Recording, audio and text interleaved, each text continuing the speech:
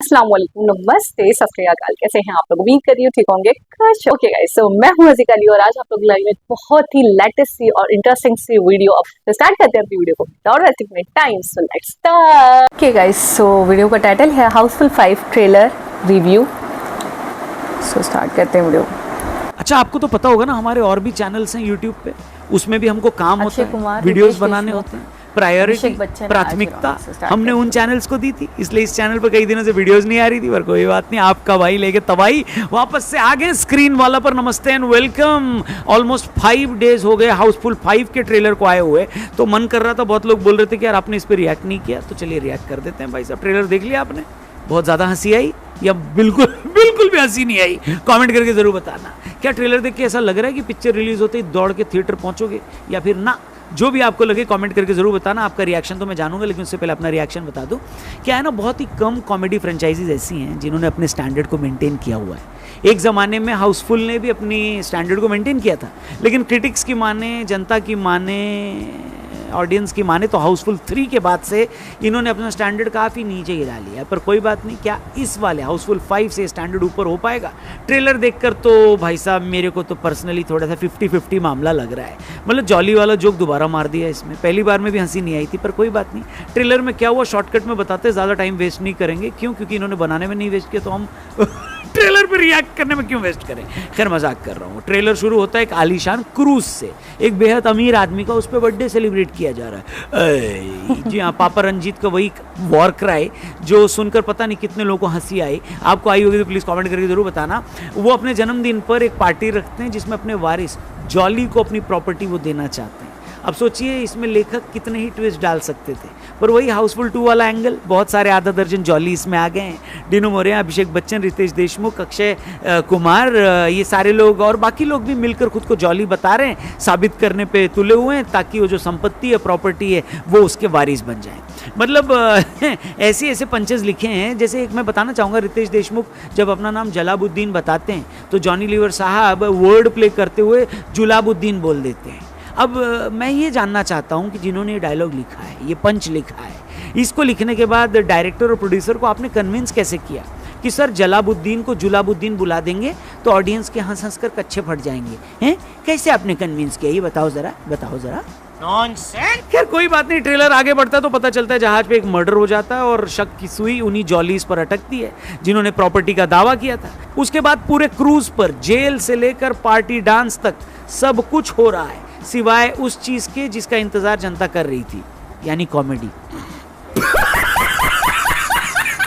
Well, मैं बायस नहीं हो रहा हूँ, लेकिन इसके बाद भी कई ऐसे डायलॉग्स आते हैं जो बड़ी एवरेज से लगे मेरे को यार। वो पंचेस में उतना ज़्यादा मज़ा नहीं आया। क्यों? क्योंकि सोशल मीडिया पर, इंस्टाग्राम पर, यूट्यूब शॉर्ट्स पर आप कई ऐसे फ़नी वीडियोस, पंचेस और ऐसे शॉर्ट्स या रील्स आप देख लेते हो ना कि आपका दिमाग भर चुका है अच्छी कॉमेडी देखते देखते। अब जब तक आपको उस स्टैंडर्ड से ऊपर का कुछ माल मसाला नहीं मिलेगा, तब तक आप उतना ज़्यादा इंप्रेस नहीं होते। मुझे लगता है हाउसफुल 5 के ट्रेलर के साथ भी शायद यही है।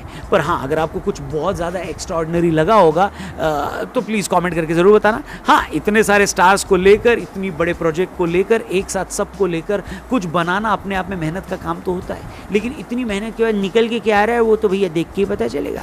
इसलिए इस ट्रेलर रिव्यू को यहीं पर मैं रोकना चाहूँगा। बाकी इस पर ऑलरेडी बहुत सारी बात हो चुकी है यार इतने दिनों में। और भी ऐसी चीज़ें जिसके बारे में बात करना ज़रूरी है, अगर हम मिस कर रहे हैं तो उनका रिव्यू अगर आप देखना चाहते हैं तो कमेंट करके बताइएगा कि भैया इस के बारे में भी बात करो, तो हम करेंगे। कमेंट सेक्शन खुला हुआ है, चैनल को भी सब्सक्राइब करके जाना। फिर से आपसे जानना चाहता हूँ हाउसफुल 5 का ट्रेलर देखकर आपका क्या रिएक्शन है? क्या ऐसा लगा आपको कि भैया अब फिल्म रिलीज होगी तो मैं वेट कर रहा हूँ, फर्स्ट डे फर्स्ट शो जाऊँगा, या फिर कुछ दिन आप इंतजार करेंगे, रिव्यूज़ का इंतजार करेंगे, क्रिटिक्स का इंतजार करेंगे, जनता के रिएक्शन का इंतजार करेंगे, फर्स्ट डे फर्स्ट शो चले जाएंगे, या फिर थोड़े दिन इंतजार करेंगे क्रिटिक्स के रिव्यू का, जनता के रिएक्शन का, फिर उसके बाद आराम से कैलकुलेट करके फिल्म देखने जाएंगे? कमेंट करके ज़रूर बताना। और जैसा कि मैंने बोला, बहुत सारे रिव्यूज़, बहुत सारे वीडियोज़ पेंडिंग रह गए, उनके बारे में भी हमको सजेस्ट करना। हो सकता हम भूल गए हुए यार, तो आपके लिए और भी वीडियोज़ लाएंगे। फिलहाल यहाँ से जाएंगे। Thank you for watching. Screen वाला चैनल सब्सक्राइब करके जाना। गुड बाय, जय हिंद। एक चीज़ को देखने के बहुत सारे पॉइंट ऑफ व्यूज़ हो सकते हैं। आरजे रौनक ने तो मेरे दिमाग की खिड़की खोल दी। सच बात बोल दी। असल में हाउसफुल 5 का ट्रेलर देखने के बाद मेरे हस्बैंड ने भी ये ट्रेलर देखा और कहने लगे कि यार सिद्रा तुम्हें इसके अंदर वही घिसी पिटी वाली कॉमेडी नहीं दिख रही? तो मैंने कहा यार कौन सी वाली? वो कह रहे जैसे जॉली जॉली, इतने सारे जॉली आ गए, अब उसमें से रियल जॉली कौन है, सब प्रॉपर्टी के लिए ये ड्रामा कर रहे होंगे और उसके बाद कोई मर्डर वगैरह हो जाता है। तो ये स्टोरी हम पहले भी देख चुके हैं भाई हैं। तो मैंने बोला हाँ यार ये बात भी है, स्टोरी तो थोड़ी सी रिपीटेड लग रही है चलो उस पर भी हमने बोला चलो कोई मसला नहीं है। लेकिन अभी आरजे रौनक ने जो 4 से 5 पॉइंट्स उठाए हैं वो वैलिड हैं, उसमें दम है। एक तो मैं ये कहना चाहूँगी कि जैसे नाना पाटेकर, बड़े बड़े सीनियर अदाकार लिए गए हैं, नाना पाटेकर लिए हैं, जैकी श्रूफ हैं और इसके अलावा संजय दत्त हैं, ठीक है, जॉनी लीवर हैं। तो इतने सारे लोगों को, इतने सारे कॉमेडियंस जो हैं उनको लेने के बावजूद भी अगर मूवी के अंदर आपको मतलब ट्रेलर में वो दम नहीं दिख रहा तो इसका मतलब कहीं ना कहीं आपको 50-50 वाले चांसेस दिख रहे हैं, ठीक है।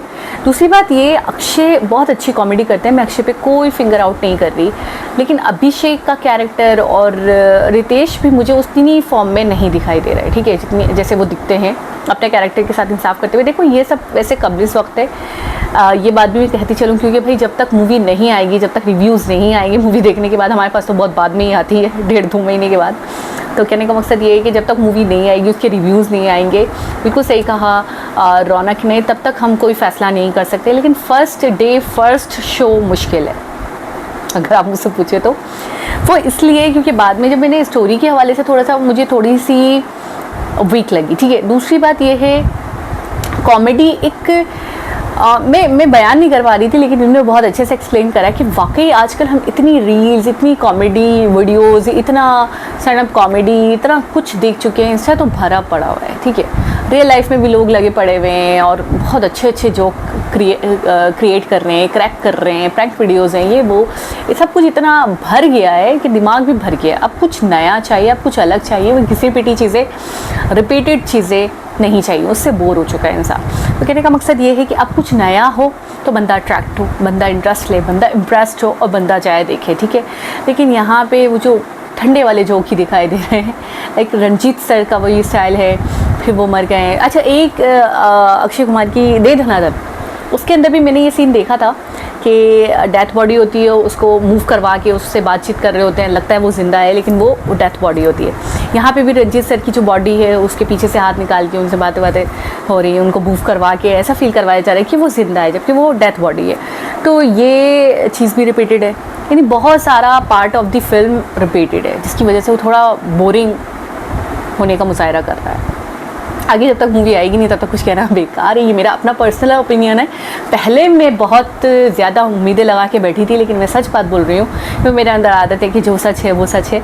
अब थोड़ा सा डिसअपॉइंट हो रही हूँ, लेकिन वही 50-50 के चांसेस हैं। जब तक मूवी लगती नहीं है, जब तक फर्स्ट शो होता नहीं है, तब तक लोगों की राय जब तक आती नहीं है, तब तक आप कुछ भी कहना कब इस वक्त है, कुछ भी कहना कब इस वक्त है। सो दोबारा किसी और वीडियो के साथ आपसे मुलाकात होगी। जब तक अपना बहुत सारा ख्याल रखें और आप लोगों के क्या राय हैं वो भी मुझे कमेंट के ज़रिए, कमेंट के थ्रू बताएं। अल्लाह हाफ़िज़।